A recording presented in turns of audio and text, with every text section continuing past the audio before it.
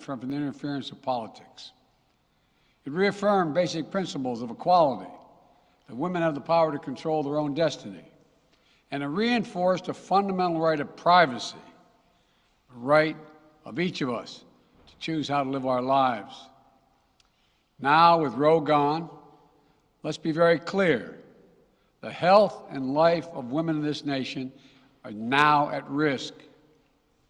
As chairman and ranking member of the Senate Judiciary Committee, as vice president and now as president of the United States, I've studied this case carefully. I've overseen more Supreme Court confirmations than anyone today, where this case was always discussed.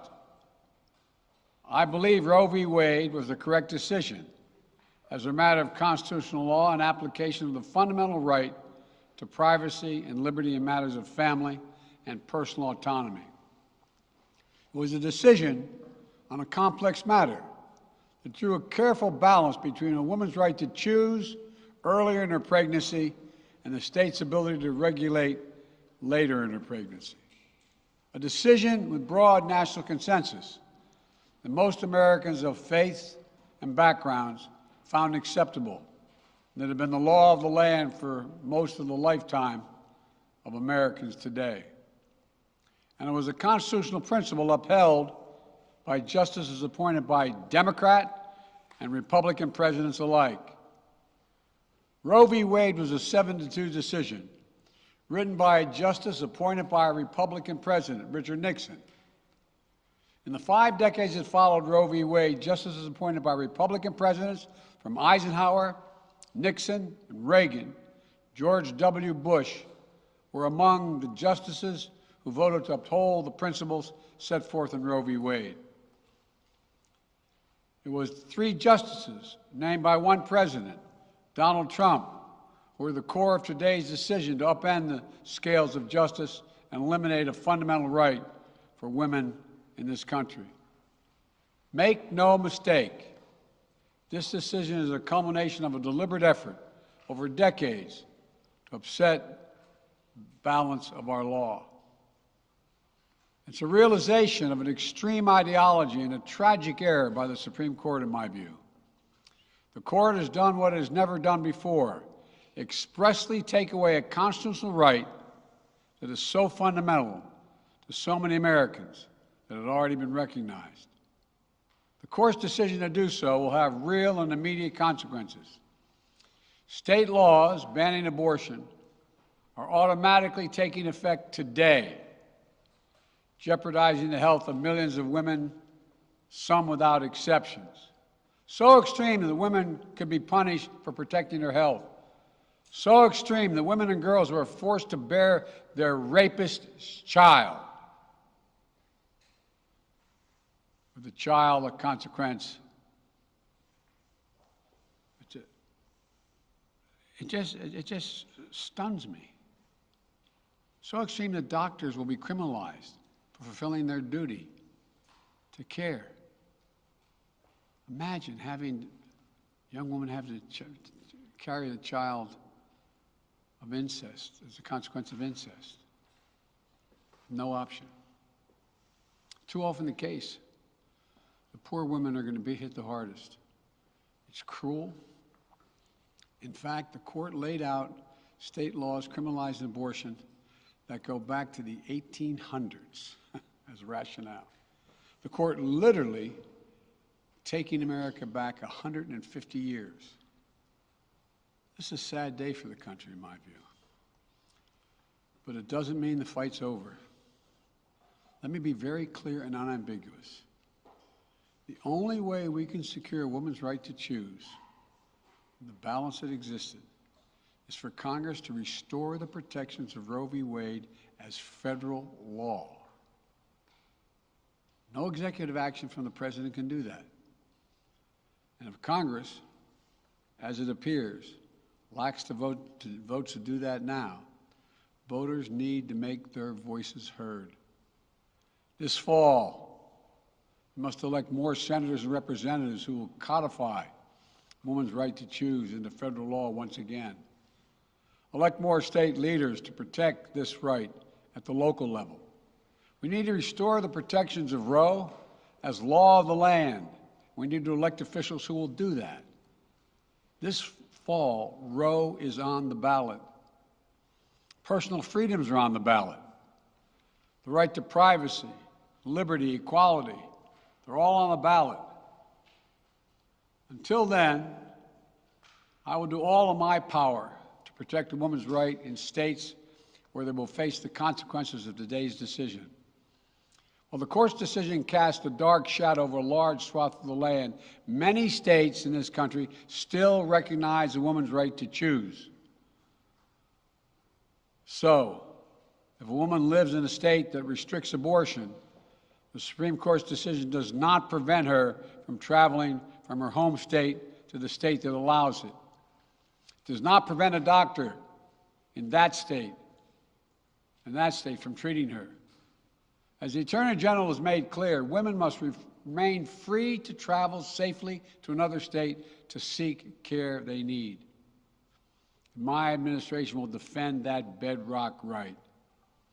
If any state or local official, high or low, tries to interfere with a woman's exercising her basic right to travel, I will do everything in my power to fight that deeply un-American attack. My administration will also protect a woman's access to medications that are approved by the Food and Drug Administration, the FDA, like contraception, which is essential for preventative health care, mifepristone, which the FDA approved 20 years ago to safely end early pregnancies and is commonly used to treat miscarriages. Some states are saying that they'll try to ban or severely restrict access to these medications.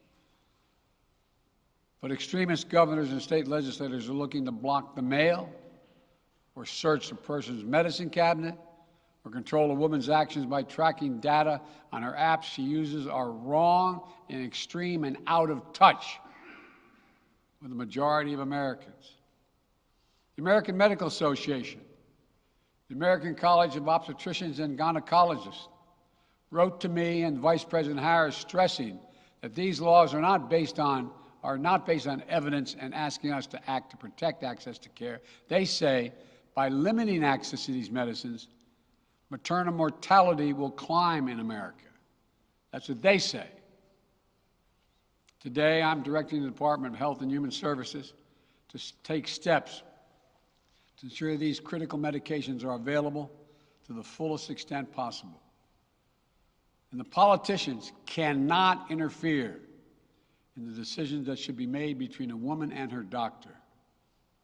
And my administration will remain vigilant as the implications of this decision play out. I've warned about how this decision risks the broader right to privacy for everyone. That's because Roe recognized the fundamental right to privacy that has served as a basis for so many more rights that we've come to take for granted, that are ingrained in the fabric of this country. The right to make the best decisions for your health. The right to use birth control, a married couple in the privacy of their bedroom, for God's sake. The right to marry the person you love. Now, Justice Thomas said as much today. He explicitly called to reconsider the right of marriage equality, the right of couples to make their choices on contraception. This is the extreme and dangerous path the court is now taking us on. Let me close with 2 points. First, I call on everyone, no matter how deeply they care about this decision, to keep all protests peaceful. Peaceful, peaceful, peaceful. No intimidation. Violence is never acceptable. Threats and intimidation are not speech. We must stand against violence in any form, regardless of your rationale. Second, I know so many of us are frustrated and disillusioned that the court has taken something away that's so fundamental. I know so many women are now going to face incredibly difficult situations. I hear you. I support you. I stand with you. The consequences and the consensus of the American people core principles of equality, liberty, dignity, and the stability of the rule of law demand that Roe should not have been overturned. With this decision, the conservative majority of the Supreme Court shows how extreme it is, how far removed they are from the majority of this country. They made the United States an outlier among developed nations in the world. But this decision must not be the final word.